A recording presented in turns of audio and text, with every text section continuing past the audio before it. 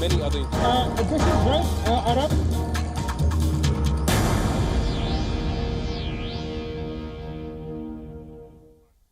Hello and welcome to WION Live Broadcast from Washington. I'm Simon Marks, and in the next 30 minutes or so we will get you updates on stories developing all over the world. 7 hours after lifting off from the Jiuquan Satellite Launch Center, 3 Chinese astronauts reached the country's under-construction space station in the Earth's orbit. The launch has taken China one step ahead in the race to be a leading power in space. And in that race, China has found a new partner, Russia. They now seek to counter the United States. We'll get you more on that story shortly. But first, let's take a look at all the headlines.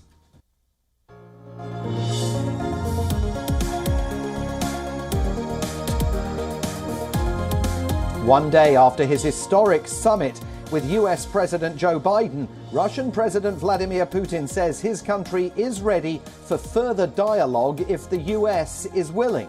However, there's no timeline for next steps.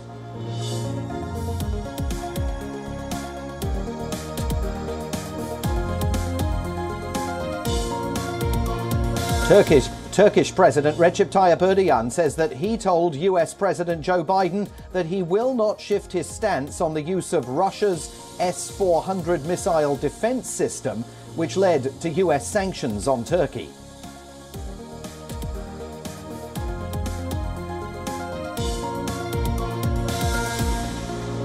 The UK condemns Beijing's raids on Hong Kong's newspaper Apple Daily. The British Foreign Secretary Dominic Raab says that the raids prove China is misusing its new security law to suppress dissenting voices.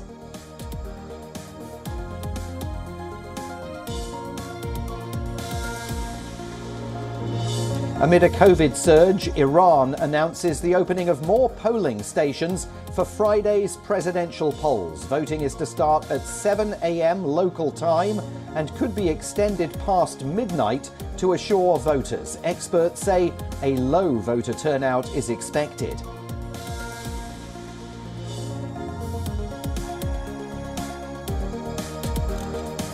"60 German police officers were injured in clashes while taking control of a building occupied by squatters in Berlin. Police say they were attacked, resulted in injuries to officers.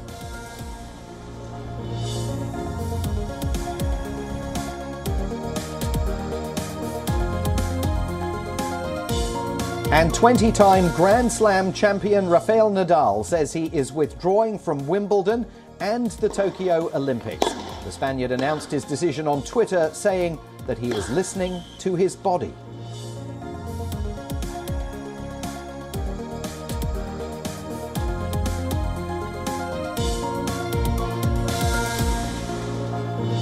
In an historic mission, China successfully launched 3 astronauts into the Earth's orbit. The mission brings China one step closer to completing its own space station. The mission is crucial for Beijing to establish itself as a leading space power. As you'll hear in this report, it is banned from participating in the existing International Space Station. 3、2、1。 Launch. This Chinese rocket blasted off from a launch pad in the Gobi Desert, bringing China a step closer to completing its new space mission. The Long March 2F rocket transporting the Shenzhou 12, or the Divine Vessel, roared away from the Jiuquan Satellite Launch Center.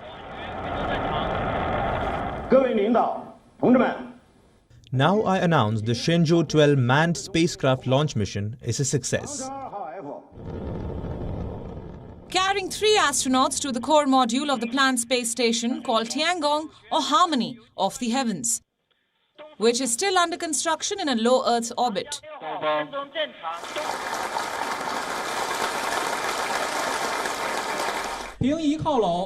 Shenzhou 12 is one of the 11 planned missions to complete the space station that is being set up. China has sent humans into space for the first time in 5 years.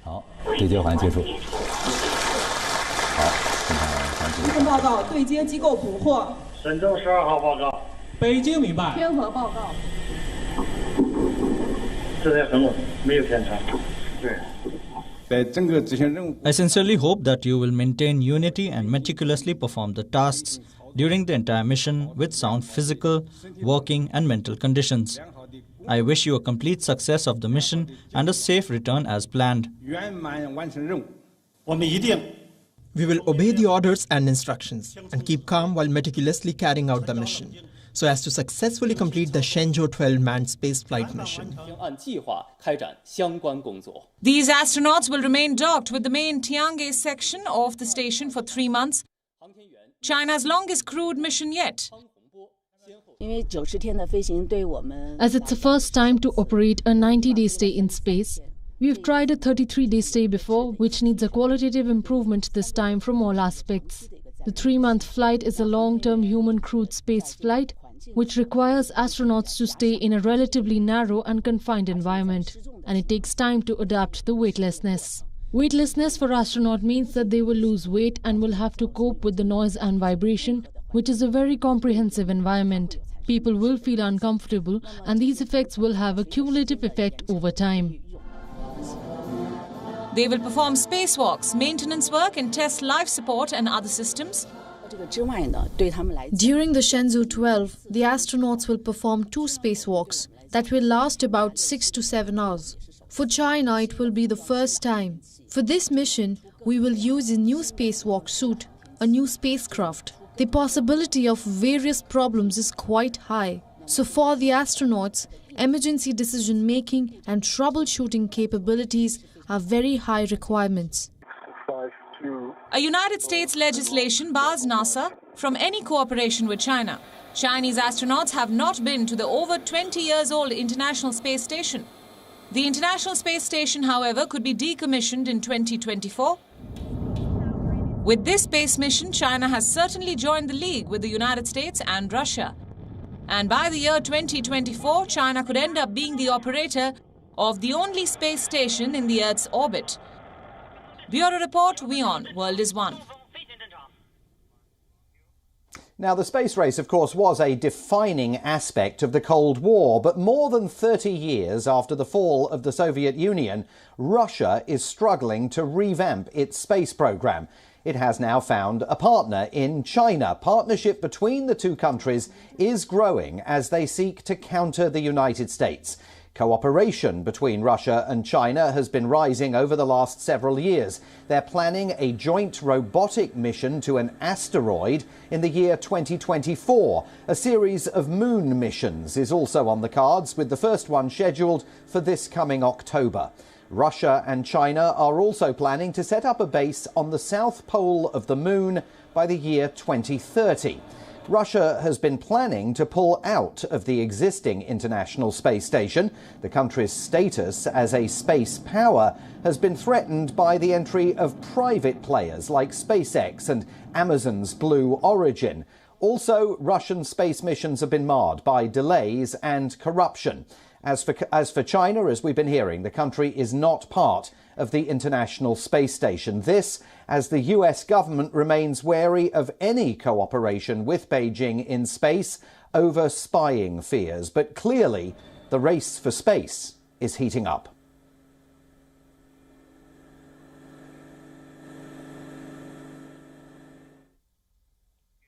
In the latest blow to staunch Beijing critic and media tycoon Jimmy Lai, Hong Kong police have arrested 5 executives of the pro-democracy Apple Daily newspaper. The arrests were made with a warrant to seize journalistic materials, raising fresh concerns about media freedoms in Hong Kong.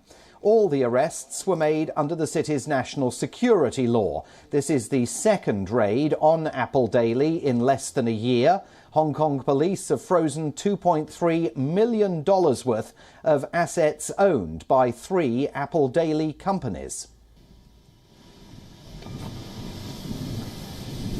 If anybody's act causes damage to the reputation of journalistic work as a whole because they are involved in a conspiracy, then it is only to the good and credibility of Hong Kong journalistic work, that action is taken against the criminals who make use of journalistic work as a tool to further their criminal activities.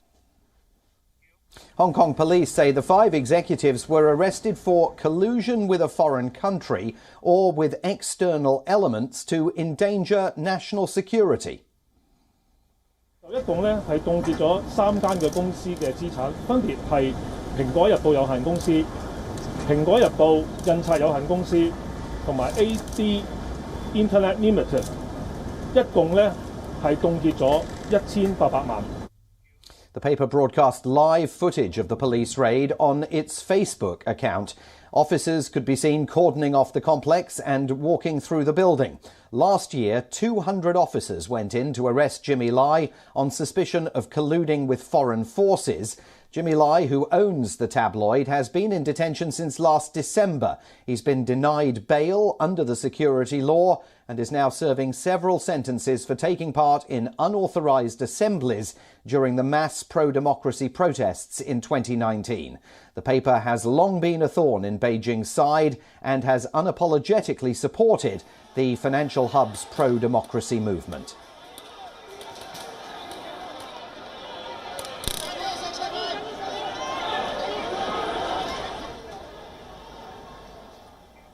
Now, here in the US, the former US ambassador to the United Nations, Nikki Haley, is warning America's grand old party, that's senators, that China's goal is to dominate the world and Taiwan is ground zero. In a closed-door meeting with at least 70 Republicans, Haley said that China will take Taiwan if the US does not tighten its stance. According to a report published in the Hill newspaper, Haley said, and I quote, "The last Olympics that they had was their coming out. That is how they saw it. They were introducing themselves to the world. This next Olympics, if it goes unscathed, this is their way of showing that they are now the superpower of the world. If we don't boycott, if we don't do something to really call them out, mark my words, Taiwan is next. And if they take Taiwan, it is all over because they will think that gives them free rein to grab any territory, not only in the region, but anywhere they want to go." Nikki Haley criticised the group of 7 leaders for their quote-unquote extremely weak stance against human rights abuses in China.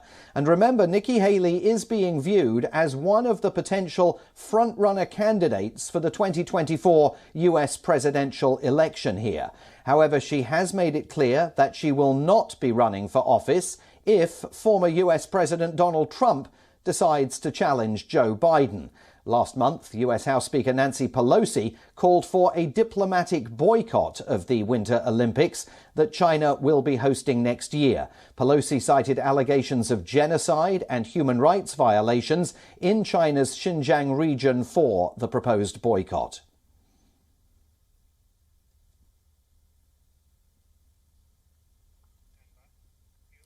Now, as tightly controlled as the summit meeting between President Biden and President Putin was, it was not all smooth sailing in Geneva. At the press conference after his meeting with Vladimir Putin, President Biden lost his cool with a CNN reporter. He later apologized for it. The reporter had asked the president how he was confident that President Putin would change his behavior. The normally cool and collected president seemed to lose his calm and snapped. Let's take a look at the whole exchange. Why are you so confident he'll change his behavior, Mr. President? Yeah, I'm not confident he'll change behavior. What do you do all the time? So when did I say I was confident? You said in the next 6 months you'll be able to determine. What I said was, let's get it straight. I said what will change their behavior is if the rest of the world reacts to them and it diminishes their standing in the world.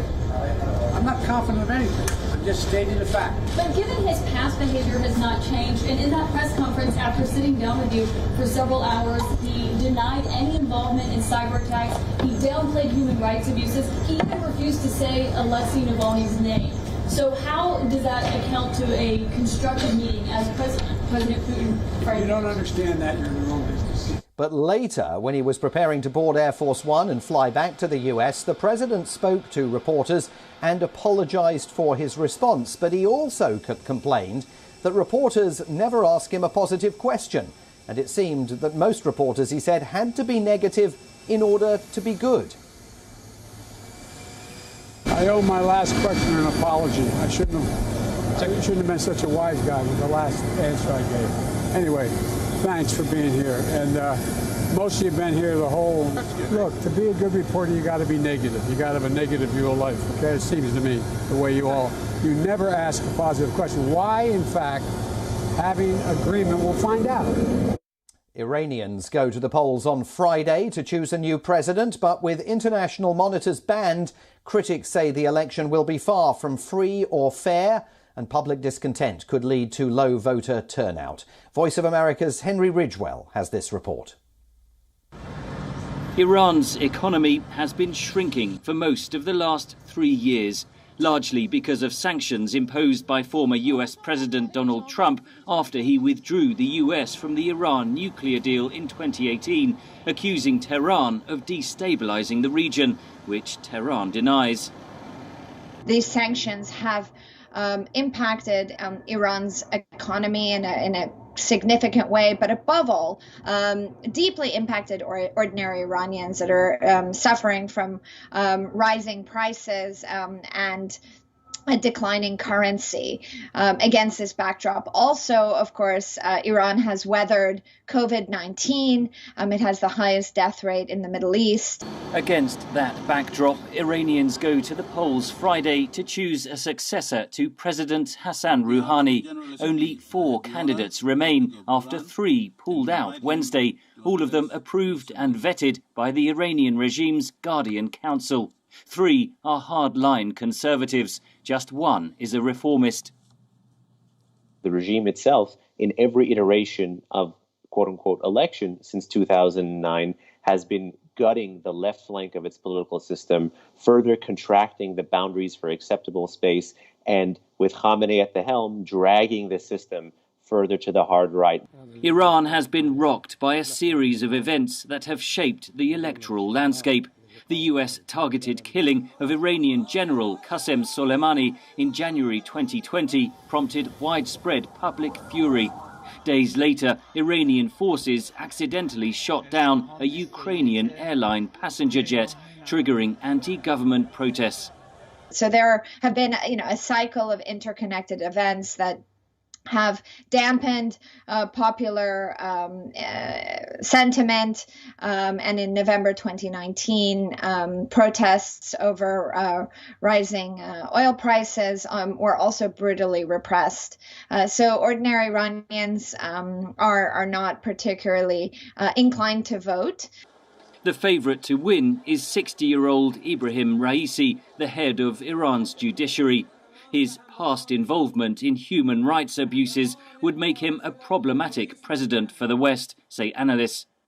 He's unfortunately most famous for his despicable oversight of what is called a so-called death commission in the late 1980s that carried out the murder edict from Ayatollah Khomeini that killed upwards of 5,000 political prisoners in Tehran. Iran has significantly ramped up its nuclear enrichment and is believed to be just months away from creating enough fissile material for a nuclear weapon. The Biden administration is considering rejoining the 2015 nuclear deal, but only if Iran halts enrichment. Iran says the US must first suspend sanctions. Talks in Vienna are ongoing. The lifting of sanctions would be a huge boon that could have a trickle-down effect that would be hugely meaningful for ordinary people. That said, I think Iranians today are less invested in the Iran nuclear agreement and less trustful of the United States or European countries. All Iran's presidential candidates support negotiations to revive the nuclear deal. There is expectation that with the election completed, perhaps there will be more confidence on the Iranian side in Vienna to get the deal done. With Supreme Leader Ali Khamenei in his 80s, the handover of power to his successor is expected in the coming years, adding further complexity to the challenges facing Iran's next president. Henry Ridgewell for VOA News, London. Moving on now to the South Asian country of Nepal, where flooding has wreaked havoc. 7 people are dead and at least 30 people are currently missing, 6 of them being Indian and Chinese nationals. Parts of Nepal were inundated with floodwaters after a landslide blocked a river, forcing the water's body to burst. The country is witnessing heavy monsoon rains. The government has deployed resources to help assist in rescue and evacuation operations.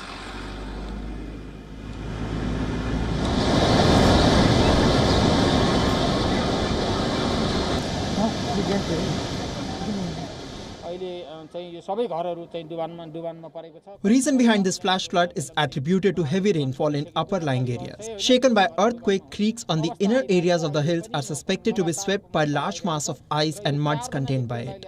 We have suspected it to be the reason behind flooding. Incessant rainfall and movement of masses underneath the glaciers which ran down the hill has been dumped here in low-lying areas here. We are suspecting it to be a glacial outburst. Along with the army, the United Nations World Food Programme also conducted rescue operations. The international organisation transported tents and sleeping bags for those displaced by the floods. Many people in the affected areas have moved to higher ground. At least 200 homes have been destroyed in the last 2 days. Authorities have urged people living along the Narayani River to remain alert because the river is flowing above the danger mark.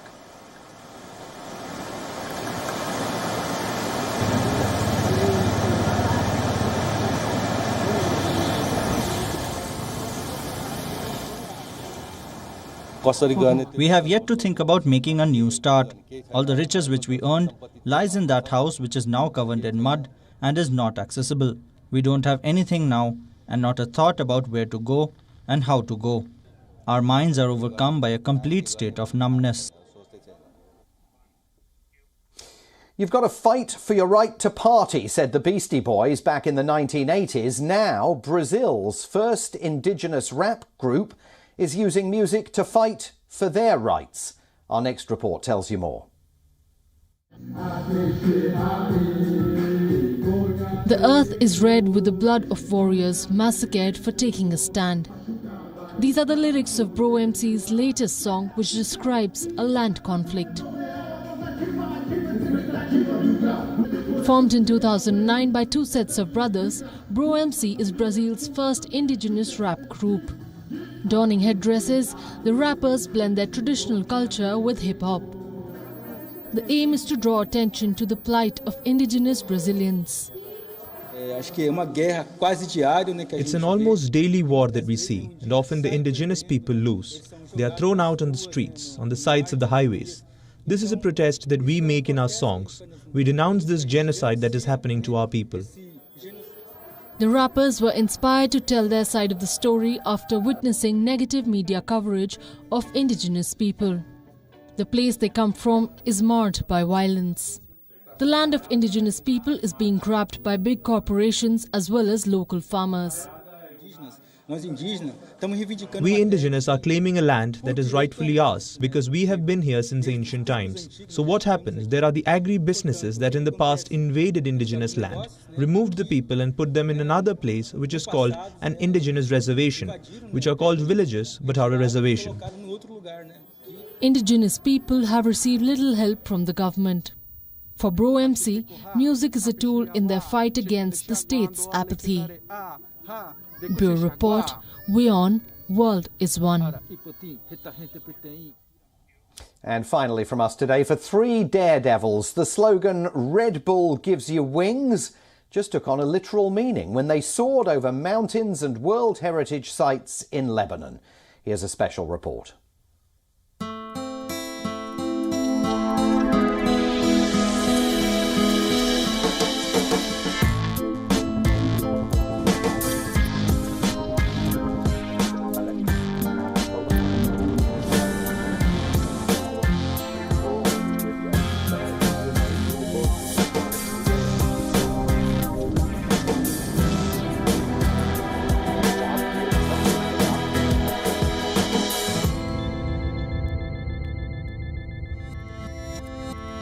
It's cool to say that we are the first people to be able to fly over a land and in a country in general.